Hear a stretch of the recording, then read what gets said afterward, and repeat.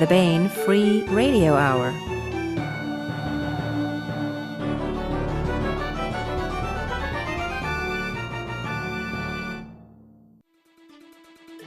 On the podcast, history isn't over. History isn't even really history. Alternating and direct currents of time. Plus, we continue with our complete audiobook serialization of John Ringo's Under a Graveyard Sky. All right now.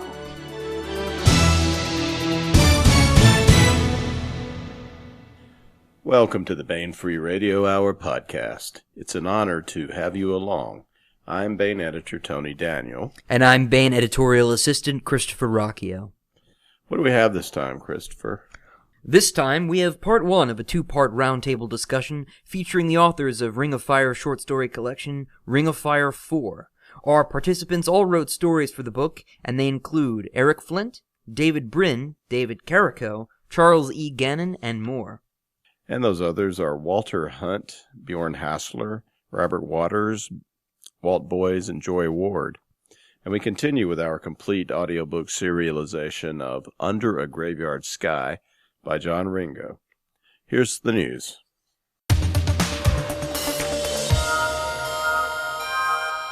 We have two trade paperback editions of some great books out this May.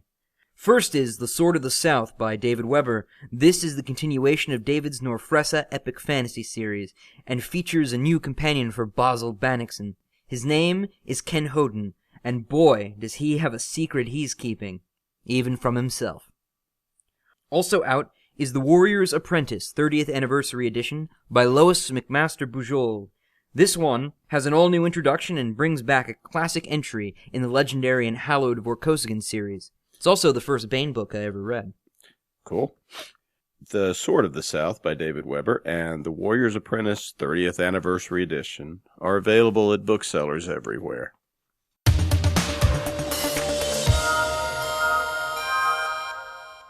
This is part one of a two-part roundtable discussion by the writers collected in short story anthology Ring of Fire 4.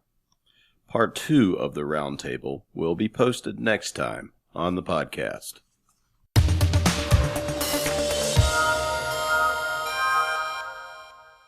Want to welcome a host of writers to the podcast. These are the many contributors to the latest story collection set in Eric Flint's Ring of Fire series universe.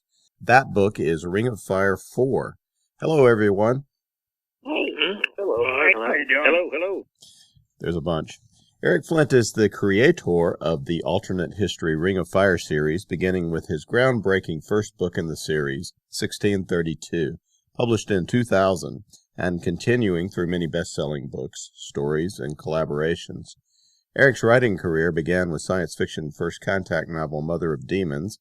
With David Drake, he collaborated on the 6-volume Belisarius series, and with a great many other writers, including David Weber, Mercedes Lackey, Katie Wentworth, Dave Freer, and Reiki Spoor. As he states in the introduction to Ring of Fire 4, the Ring of Fire series has about 2,900,000 words in novel form, about 2,200,000 words in anthology form, and in ebooks and anthology books that are ebooks, about 5,673,000 words, which is 21 times longer than The Lord of the Rings, and 16 times longer than War and Peace. Also with us is David Brin. In addition to being a friend of Eric's, David Brin is a scientist, speaker, technical consultant, and world-renowned author. His novels have been New York Times bestsellers, winning multiple Hugo, Nebula, and other awards. At least a dozen have been translated into more than 20 languages.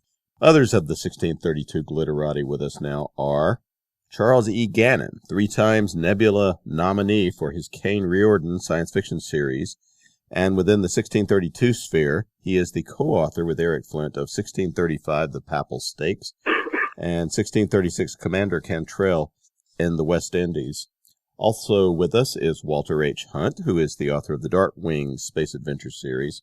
He is the co-author of 1636, The Cardinal Virtues. David Carrico is with us. He is the co-author of 1636, The Devil's Opera, and the sole author of 1635, Music and Murder. David is now reviving the Zhao Empire science fiction series with Eric, with upcoming novel, The Span of Empire, out in the summer. Virginia DeMarce is the co-author with Eric Flint of 1634, The Ram Rebellion, and 1635, The Tangled Web, and she is the keeper of the famous 1632 Grid. I'm not doing the Grid anymore. Karen Offord, who also has a story in the collection, has taken over the Grid. The big database of all this stuff. Robert Waters is the author of many science fiction short stories, and Walt Boyes and Joy Ward are also the author of many science fiction short stories, and Walt and Joy are the editors of Ring of Fire Press, and Walt is the editor of the Grantville Gazette. Also here is Bjorn Hasseler. All of these people are regular fixtures in the Grantville Gazette and elsewhere in the 1632 universe. So that's who we got. Eric, you started out Ring of Fire 4 with an introduction discussing David Brin's story, which is the opener of the collection. Why did you have trepidations when David told you about the story, and how did it work out? Presumably well, since it opens the volume. Yeah, it worked out very well. It's always tricky writing prefaces and introductions to anthologies.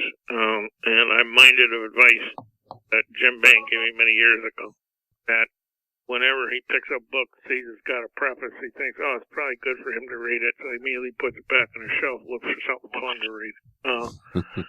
So I try to find something that's interesting, just in its own right, to tell people, and I just thought the story of how David wrote it and my reaction to it would make for kind of an interesting and entertaining opening to the book. Like I said in the introduction, I had no idea David was writing this. I mean, I knew he followed the series, but I had no idea he was thinking of writing a story himself. And for reasons I laid out in the interview, I don't want to repeat them here, but, this can be tricky if you're not following it constantly, because it's gotten so complex by now. But he did a wonderful job of it. That's the reason why the story opens the volume. David, Brin, can you tell us about your interest and involvement in Eric's 1632 universe? I know you guys know each other, and do you follow the series?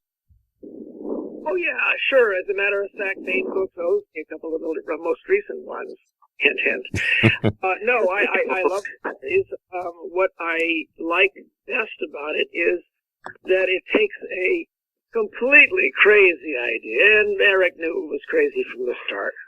Counterfactual, a parallel universe, King Arthur's court only, invaded by, 6,000 or 8,000 West Virginians, and absolutely does science fiction. And by science fiction, I mean works it out. You work out what are the implications, what's cause and effect. When it's done best, science fiction is sort of like thought experiment, extreme R&D department of humanity. And what his authors get to do is say, all right, this is a very, very rigorous rule set. I am going to use cause and effect and figure out what would be a really fun story, while at the same time, you get the audience to say, I can believe that's what would happen. So in any event, I thought about it. I thought about what about this? What about that? What could I spend a little bit of time in and meddle as much as I could, and make a pest of myself, and possibly make Eric glad that I was. And what I dealt with, without giving too much away, was, all right, you have the fire, you have Grantville snatched up from West Virginia in the year 2000 and dumped into the year 1632, and waves of cause and effect repercussions. And I thought, well, what happened to the plug of the Thuringian forest?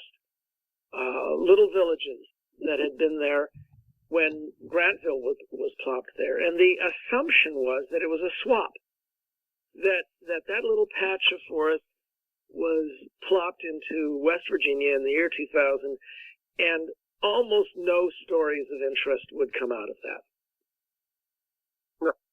But it ain't necessarily so. What if instead it was sort of like an assembly line?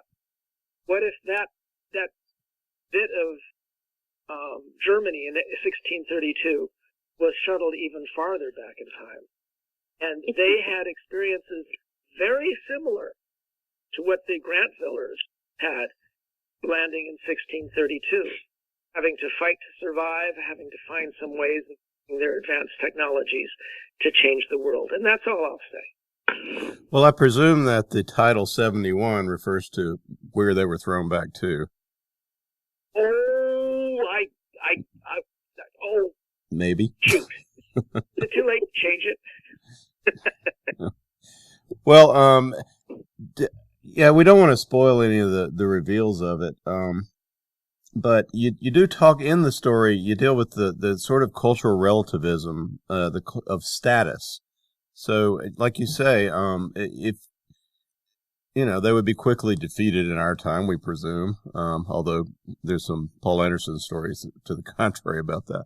But getting thrown back, they are in a relatively same relationship, that is, people from the 17th century to, say, the Romans, as modern people are to 17th century folks, right? And some of the same sort of problems and would apply there.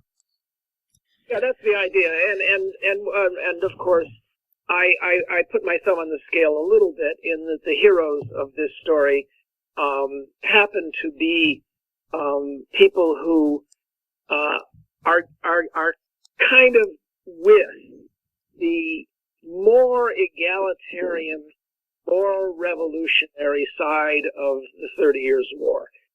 Just a little. I mean, there's a Baen there and all of that, but they lean enough in that direction for our readership to be rooting for them, because what will come out of this is an improvement over the situation they find themselves plopped into. Well, I would like to mention we're going to have 71 on the website, Baen.com, as part of the May Free Fiction, which will be up on the 15th. So if you listener, want a teaser to pull you into the rest of the collection, that's one place to start. David, do you think you'll write more in Eric's universe? What do you think about that, Eric? Oh, I'd be delighted if he chose to. Yeah, there's the one thing, of course, is that it becomes very clear in the course of this story that I am not claiming that, in the context of Eric's universe, that the village of Milda from 1632 was cast back in time to the year 71. In fact, the whole story is about what is factual in Eric's universe, and that is that there are science fiction writers, and there's a science fiction magazine in Grantville. Yeah. And that science fiction magazine has published the story 71. And a lot of the same things that Eric has done to us, making us addicts to his wonderful story, are starting to happen as repercussions in the world of 1632. So it really is a story about Eric's world. It is really a story set in and about the 1632 universe. Yeah, there's an almost Borges complexity to your boxes within boxes in that story. You'll notice my fingers were in the air doing quotation marks when I said the word fact. Mm. Let's move on to some more of the stories in the volume. Bjorn Hasseler, your story is called Add, Subtract, Multiply, and Divide, but it isn't about math. It's about the incredibly complex brands of Christianity and belief systems present in this Reformation era, post-Reformation continental Europe. Can you lay out some of the background that your story takes place in? Yes, so 1632 is about 100 years after the Reformation. And the way we look at it now, it's the end of the 30 Years' War in 1648 that sort of wraps up that era for us. but for them, they're still kind of in the after effects of the Reformation right then. And the Western Christian Church has now Lutheran, Calvinist, Arminian, Anglican, Anabaptist, and Catholic grouping. And I'm tremendously oversimplifying. I apologize for the odd combinations that I have to leave out. But you get a lot of the the stranger ones also into the story. And some of the uptimers who are now in the story are descendants of these very religions, right? That started out in the 17th century. Explain how that interplay is expressed in the story. I mean, without giving too much away, of course. The story centers on First Baptist Church in Grantville, where Al Green is the pastor, and he's a familiar character from many of the books. And First Baptist is it represents both the Anabaptist strand and a little bit of the Calvinist and a little bit of the Arminian strands as well. They're not exactly the same as any of the downtime churches, but they're kind of familiar to some of them, and they've been attracting a fair number of downtimers just because Grantville's gone from 3,500 uptimers to well over 20,000 residents, and those were the churches that were there at the beginning. What there's a rock and roll cassette that's in the story. What was on that cassette? Damn it, I'm not sure I got it. It was a rock and roll version of a Christian creed.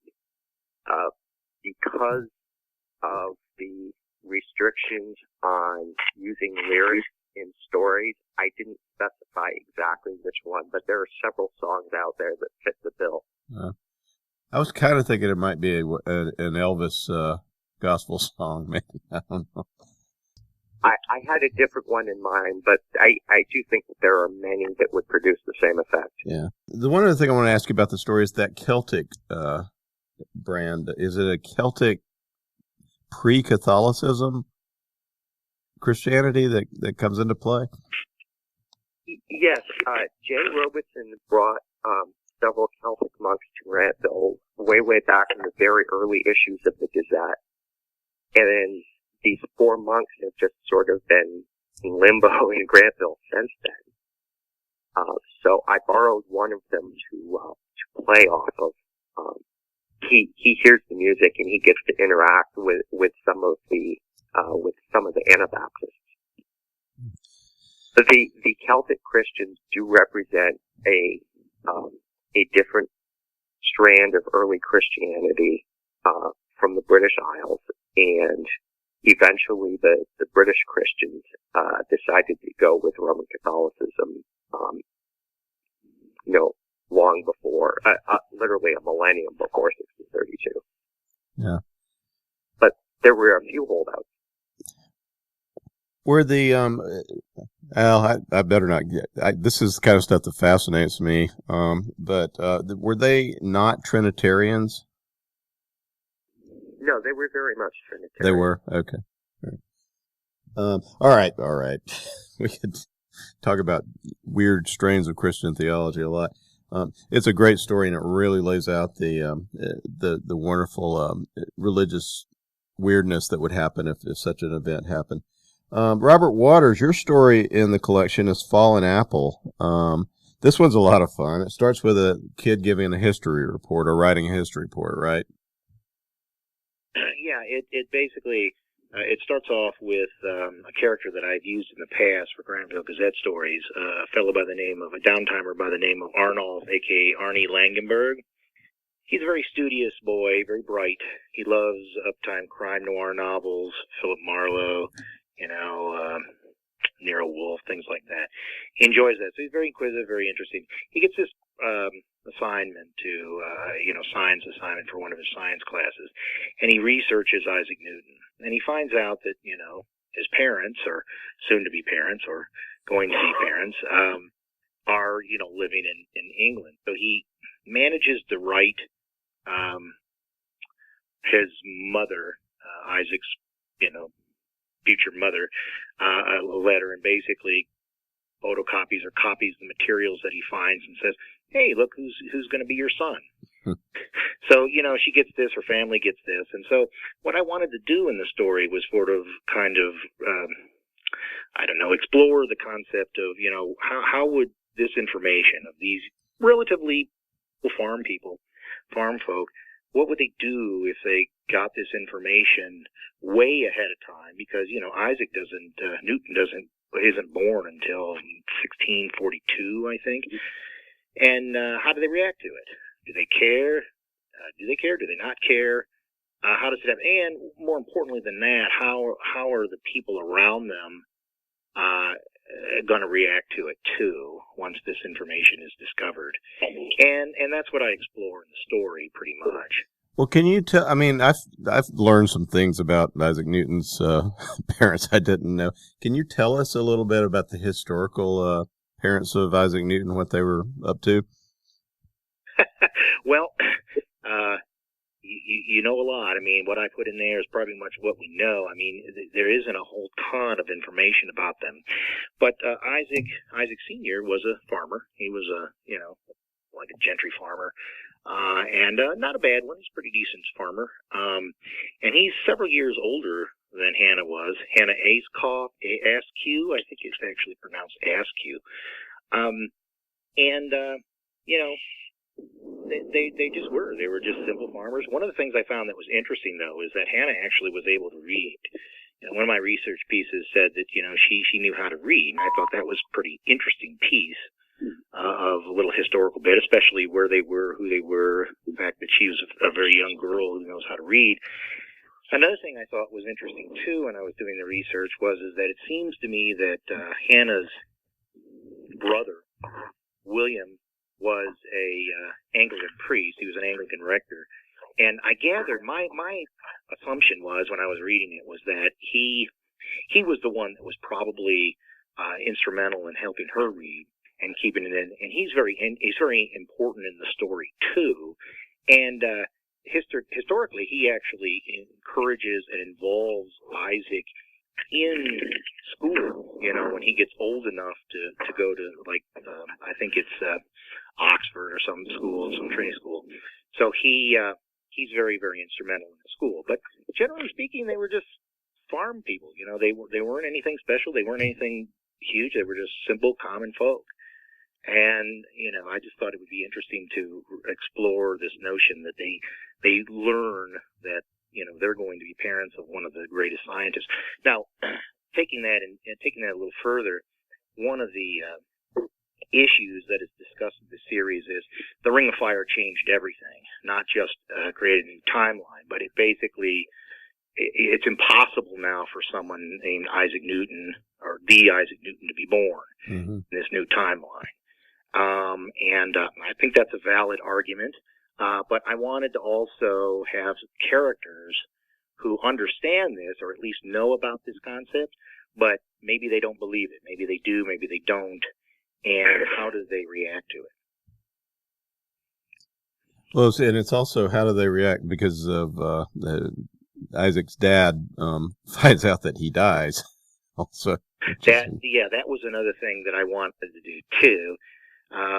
It strikes me from my research that he was a pretty sickly man. I mean, he was in his 30s, I think, when he died, and I guess that wasn't too young in those days, but nevertheless, I mean, it was kind of surprising. I think he caught something and died, and I think it was pretty obvious he was a pretty sickly fellow. And to know that he dies before he dies, I mean, it just felt like that would motivate him to get his act together, to and fly right, straighten up and fly right, and do something important in his life, or at least buy some term life. So. Yeah. Well, it's a great concept story. So David Carrico, in Hide the Trouble from Mine Eyes, you deliver another strong story starring that detective partnership that we saw in The Devil's Opera and elsewhere. These are the downtimer Gotthilf Hawk and uptimer Brian Chisik, or Chesky. You better say it. And they work in Magdeburg, which is near where Grantville set down. Something really evil has happened in Magdeburg. Tell us a bit about the setup for this story. Pronounce their names correctly for me. Gotthelf Hoch and Byron Chesky. This story fits in between the stories that are in 1635 Music and Murder and the novel 1636 Devil's Opera. This kind of falls in the several months that are in between those two narratives. And what happens is Magdeburg gets its first serial killer. Its first known serial killer. And the story basically deals with Gotthelf and Byron having to figure out how to track this killer down.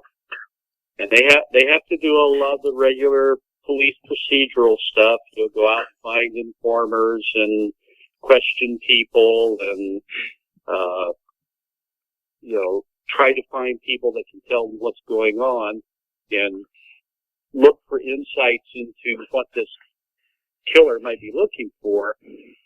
But the nature of who the killer is killing is attracting attention of some of the influential people in Magdeburg, which brings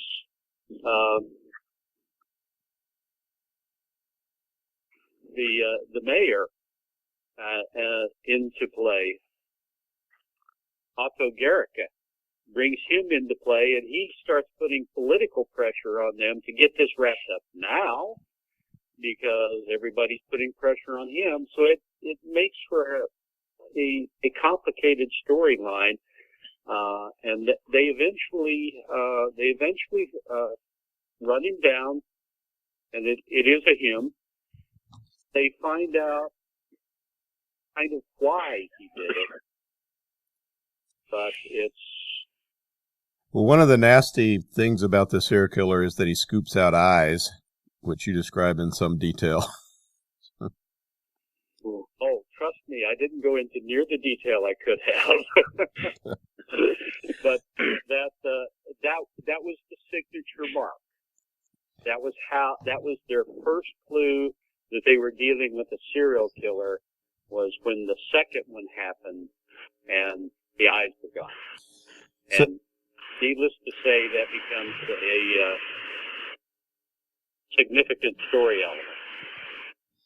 element. David Carrico, you mentioned to me that the genesis of the story is an interesting tale that involves Eric. Can you recount that? And if Eric, you want to jump in, please do. No, Eric can't say anything until I'm done. He can speak in rebuttal. Okay. Okay. The original idea for the story hit me way back. I mean, I was thinking about writing High Trouble from Mine Eyes as far back as 2007. But I didn't try to write the story then because I didn't think I had the chops to write it yet. I needed to grow a little more as a writer before I tried to tackle this thing, because it's a long and complex story, and I wanted to make sure I got it done right. So I didn't really start thinking seriously about trying to write it until late 2009, early 2010, which was the time frame when Eric and I were starting to put together what we were going to do to produce 1636, The Devil's Opera. Now, Eric, since we were using my characters for the novel, Eric told me to come up with ideas for the story, and we talked about and figured out which ones we wanted to use. Well, I've got two sets of characters. I've got the music characters and I got the detective characters. For the music characters, no-brainer, we did an opera. For the detective characters, pretty much no-brainer. I needed some kind of police procedural, probably involving a murder mystery. And then there was actually a third story thread which involved civic corruption that kind of bled over into the other two storylines. I think it was at the very first Superstars of Writing seminar, Eric and I had dinner one night, and I pitched the ideas to him. Opera, the idea behind High Trouble from Mine Eyes and the civic corruption. He was good with the opera. He was good with the civic corruption. But when I pitched in the idea for High Trouble from Mine Eyes, he sat there for a few seconds and he said, "No, I don't think that'll work. I think it's too derivative," which blew me out of the water. I had to go back home and think of something else. And fortunately, I had just finished a 24,000-word novella that I had planned to give to Grantville Gazette. But I sent it to Eric and said, "How about we use this for the police procedural?" He said, "Fine." And that's how Simon and Hans' story got included in Devil's Opera. They were actually Plan B. But I put the idea for High Trouble from Mine Eyes back on the shelf because it was too good an idea to throw away. Fast forward 3 years to 2013, Eric has proposed to Baen that we do an ebook of the backstories of the characters. I had 200,000 words of music character stories, so I have more than enough for an ebook there. But I only had 35,000 words of detective stories. And so I pulled the idea off the shelf. I stole 5 weeks from writing on Span of Empire, and I wrote High Trouble from Mine Eyes. I start putting the files together to send to Baen for them to start prepping an ebook. And I sent Eric an email that says, "Here's what I've done. I'm getting the files ready. And by the way, I wrote this other story to add to the additional detective stories." He sends me a note back and says, "Let me read that story. Let me read that new story." And I'm going, great. He's going to read that, and he's going to tell me, "I still don't like the idea. You can't do that in 1632. But he's the boss, so I send him the story. And I pray that I'm going to get back a response along the line of, "Well, I still don't like the idea, but I guess it'll work for the ebook." Instead, what I got was an email that said, "Great story. I want to buy it for Ring of Fire 4, which totally blew me out of the water again. But when I got that email, I just busted out laughing because you have to remember, I started reading science fiction in the early 60s when the short story was king. Mm-hmm. When there were magazines all over the place publishing stories, and there were frequent new anthologies. And more than once, I read accounts like, "Well, I wrote that story for Fred Pohl at Galaxy, and he didn't buy it. So I sent it around to everybody else, and none of them bought it. So I let it sit for a little while, and then I sent it back to Fred, and he bought it." I read accounts like that more than once, and I always wondered if something like that really happened. And Eric proved to me that it did, because the storyline he rejected, Devil's Opera, he bought for Ring of Fire 4. Okay, I'm done. Eric, do you have anything to add to that? Oh, me? Yeah. No, honestly, I'm not going to argue with him. The thing you got to understand is,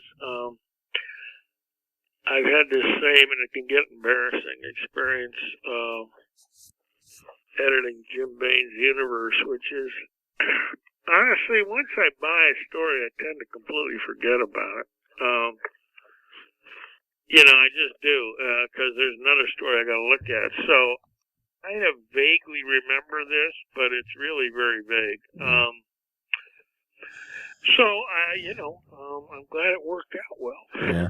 Well, I mean, one of the things that happened in between was the fact that David Carrico did develop those writing chops. The Devil's Opera is way one of my favorite of the 1632 series novels, and really looking forward to Span of Empire and such. Tony, this is Chuck. Just so let's okay. About 15 minutes. Let me swing back to you then, and let me find those questions so I don't forget. So your story, Chuck, is has appeared on Baen.com Free Fiction in another form, or maybe it's the same story. That story is Kinderspiel. We come across a theme that plays through several of the stories in this volume, that is the prevalence of disease and how it affects everyone, and the huge role it plays in people's lives in this time. So you got the plague. What can you sort of set that story up? It's a longer novelette. We have Thomas North, his battalion, and Major Quinn. Where are they doing in Biberach? Schweibel. Well, the short answer is that Biberach is the optimal place to expand the growing lighter than air blimp network, if you will. For a variety of reasons, it's a real good candidate. Its proximity to some of the major towns in Germany that are sort of the aerodrome, like Nuremberg, and then it's 80 miles from Tours.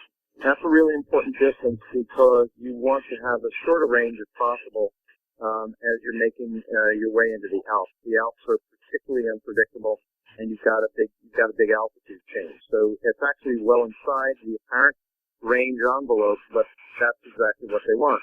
But they get to Biberach, and they find, as was known, a town which has been almost entirely spared by the human physical ravages of the 30 Years' War to that date, but has been hit by slightly the plague and more profoundly diphtheria, and there seems to be a great deal of resistance to this idea in general. But as the story goes on, we discover that there's much more than meets the eye.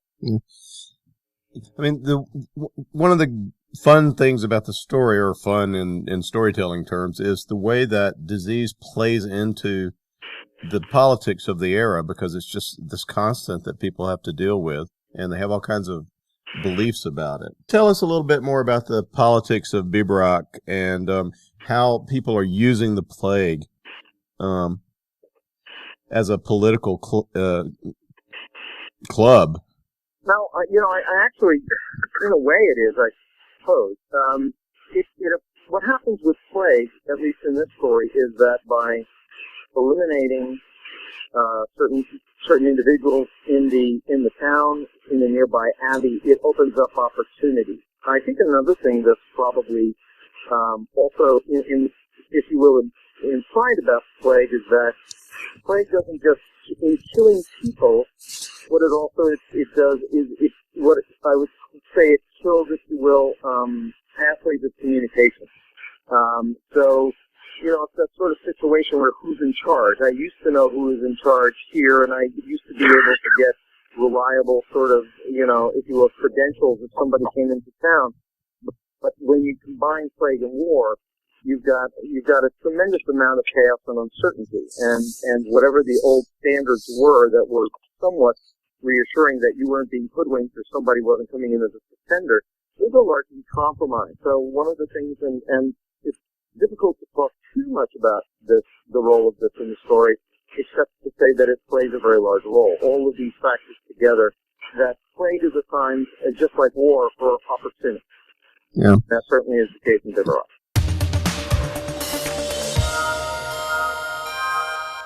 That was part one of a two-part roundtable discussion of Ring of Fire short story anthology Ring of Fire 4. We'll have part two and the conclusion of the interview next time on the podcast.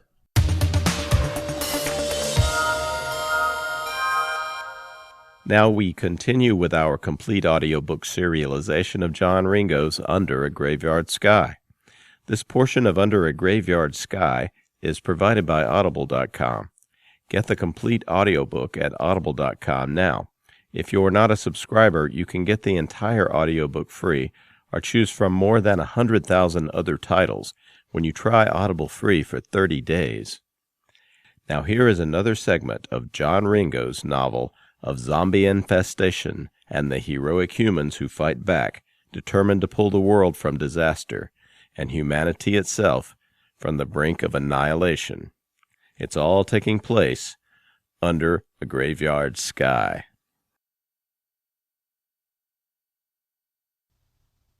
The passenger cabin areas didn't really involve clearing. It just involved opening the cabin door and seeing if the people inside were dead or alive. "I can kill zombies all day long," Faith finally said, shaking her head at the door. "And I'm fine with this, but Trixie cannot walk into one more cabin and find a family dead of starvation." "Tell Trixie that's fine," Hooch said. "I've got this." You and Trixie guard the door. Sorry, Hooch, but... Faith, you've got nothing to apologize to anyone. Ever, Hooch said, going in the cabin, then coming back out. Empty. Really? Faith said. They'd found some like that. Shh, he said, leaning forward and whispering. That's all Trixie needs to know. Okay, Faith whispered, nodding. You know, your daughter's going a little batshit, right?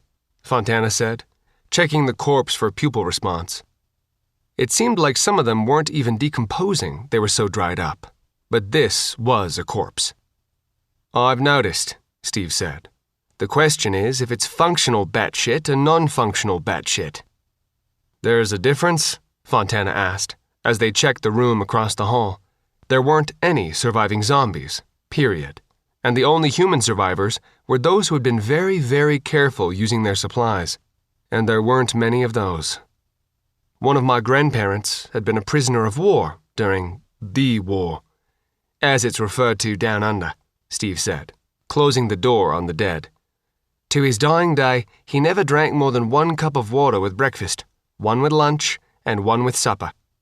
That was exactly all he drank. Doctors told him it was bad for him. He didn't listen. The next room contained a family that had zombied, or at least some of them had. One young male was still wearing scraps of clothes. All the corpses except one had been thoroughly gnawed. And he had about 1 million other quirks, like reading so slow it took him a year to finish a book. He'd read 1 word, savor it like the water, then read another. He developed what looked like batshit habits that kept him alive and sane in the camps. This world isn't going to get any better soon. The question is if Faith's response is a functional one or if it's going to cause a real split personality. Because right now, it's the only armor her brain has against this horror. And face it, whereas Grandpa's bad shit was weird in the normal world, Faith's going to have to grow up in this batshit world. She's only 13, Fontana said, walking into the next room. That was the pattern. Fontana took outboard, Steve took inboard. Ever thought about, pulling her back? We've got the coasties now to help with clearance. The coasties have other skills, Steve said. And when they say clearance, they mean rounding guys up, searching for drugs, and maybe getting shot at. They don't mean blowing their way through zombies. They're still adults with some weapons training. Got a live one. Not 13-year-old girls. On the face of it, you're right, Steve said. I should pull her back. You want to tell her? Medical team to cabin 2974.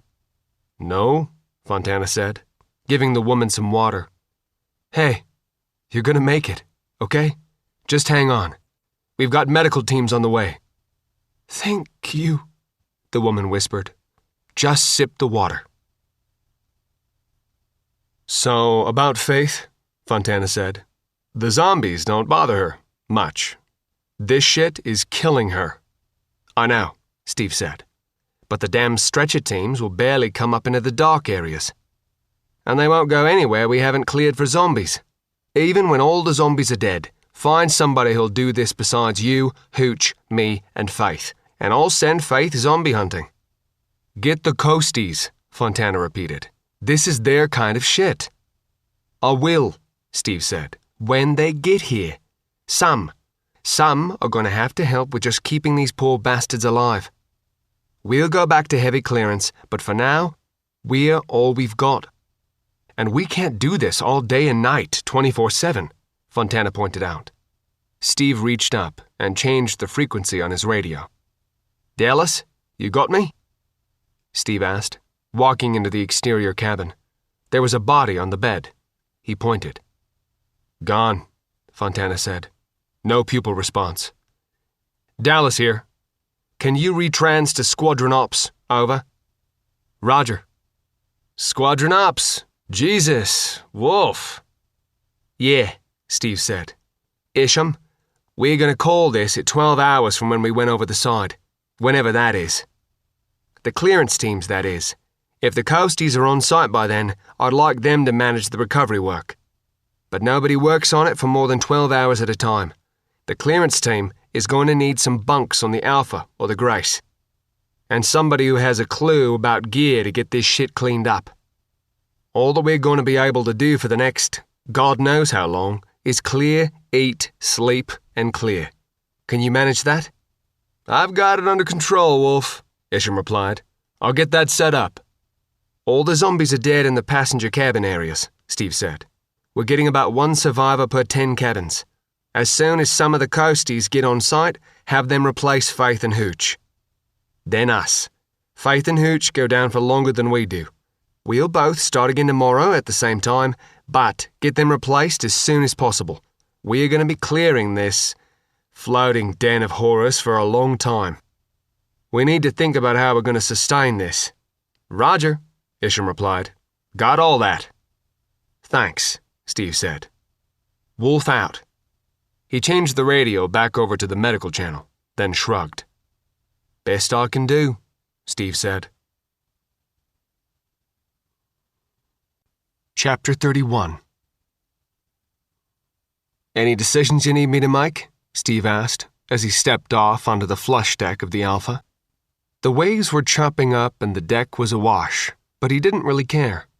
It would clean some of the crap off his boots. None, Isham said, shaking his head. It's not a power grab. Everything that can be got under control is under control. Just trust me on that, and get some rest. I want to drink myself to sleep, Steve said. Hang on, Isham said. Hang on to that grab rail and just stand there. We're going to wash you down out here. Makes sense, Steve said. He was covered in wet weather gear from top to bottom. The guns are going to need to be cleaned off in fresh water, dried really well, then lubed up really well, Isham said, backing up the stairs. Just let them wash you down. Steve? Stacy said, hugging him. Oh, God. It's bad, Steve said, nodding.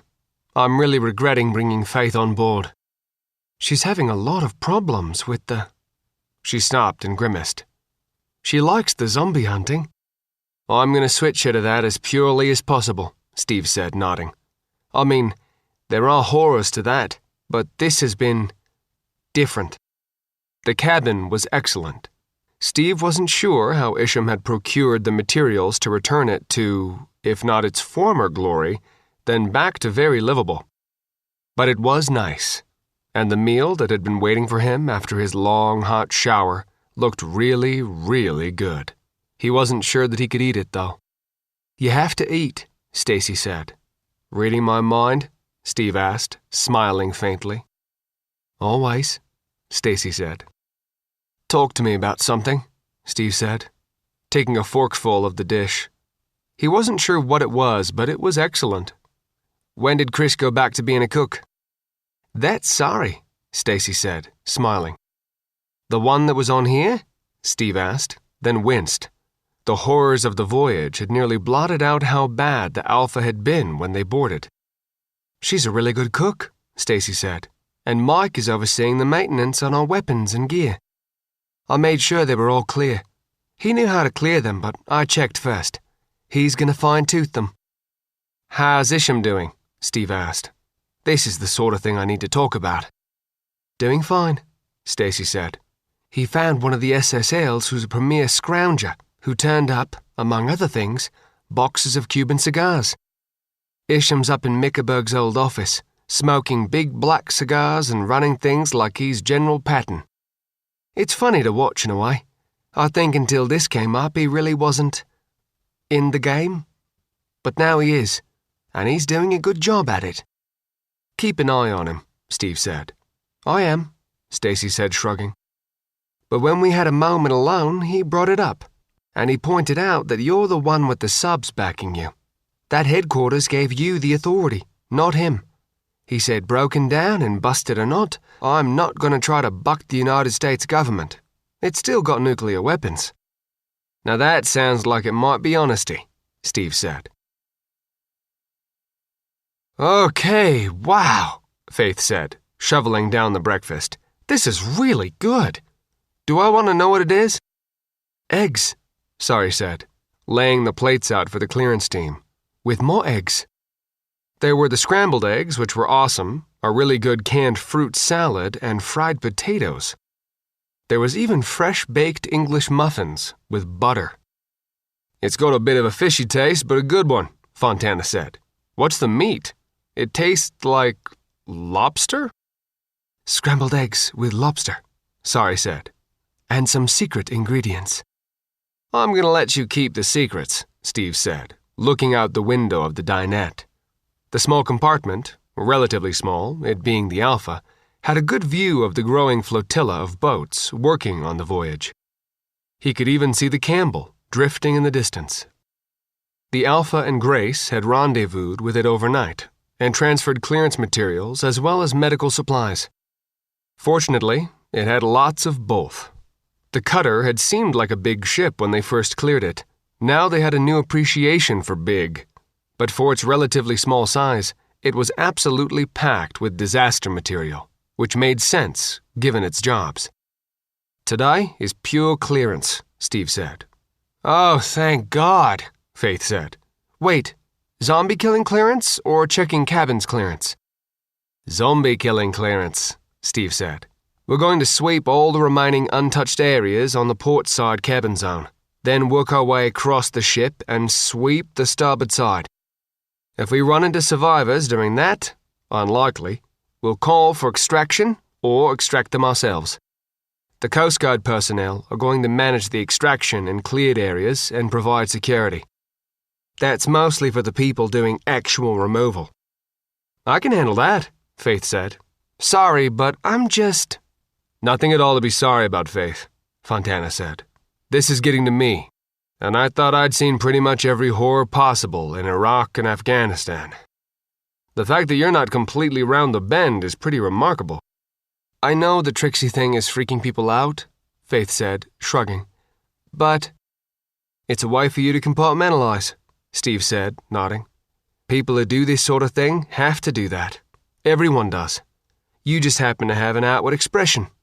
The question, since you raise it, is are you going to be okay continuing?" "I'm fine if it's killing zombies," Faith said, shrugging. "And I can handle the usual sort of stuff. But Hooch had to take over checking the cabins. I can't do that right now.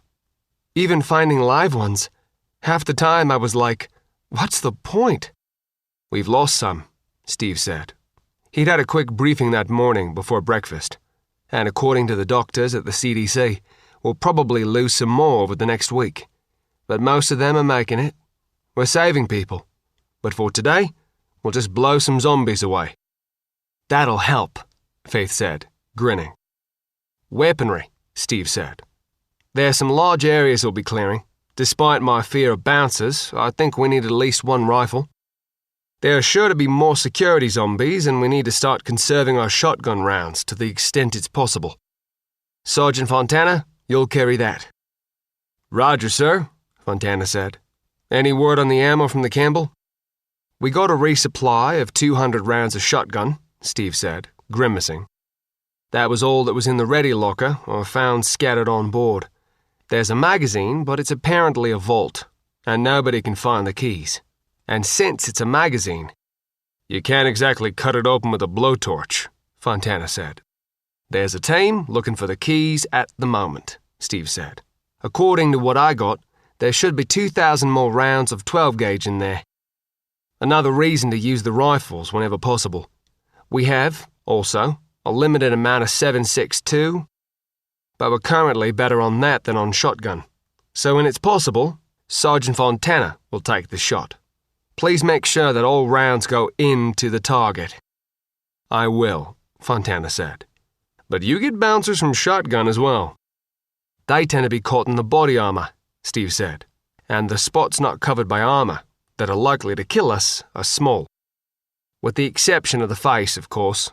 Which is why, in addition to all the other stuff we're carrying, we're going to be adding ballistic face shields. The Campbell had 6 on board. They've already been mounted to the helmets. Kuzma has set up a freshwater decontamination shower on the lifeboat deck, forward.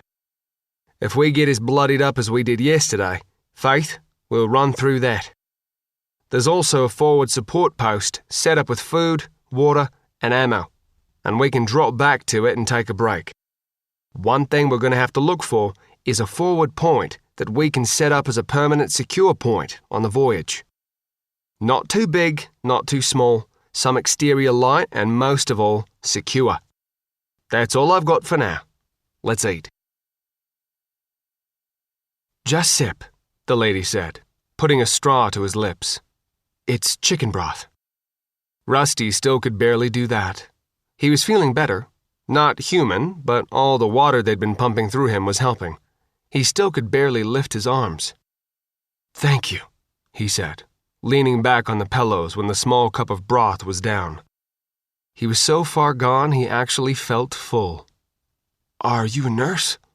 And where... Okay.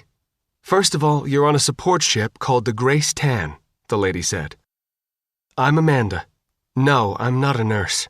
We've only got one nurse survivor, and she's organizing this. I'm a survivor like you. I was on a lifeboat. I was on the voyage too. The way things worked out, I'm glad I made it to the lifeboat. But a lot of those... She shook her head. So, is it the Navy or... Rusty asked. It's a long story, Amanda said, smiling. If you feel you're up to some reading, they've made a little pamphlet.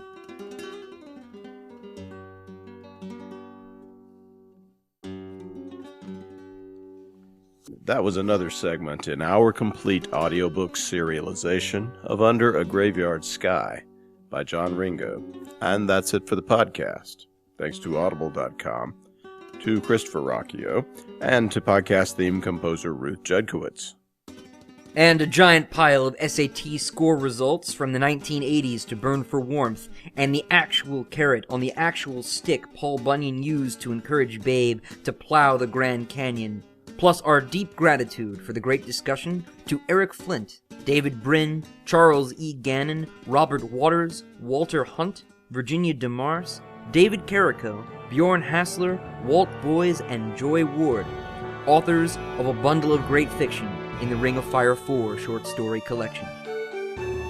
Please join us next time here at the hammering heart of science fiction and fantasy, and keep reaching for the stars.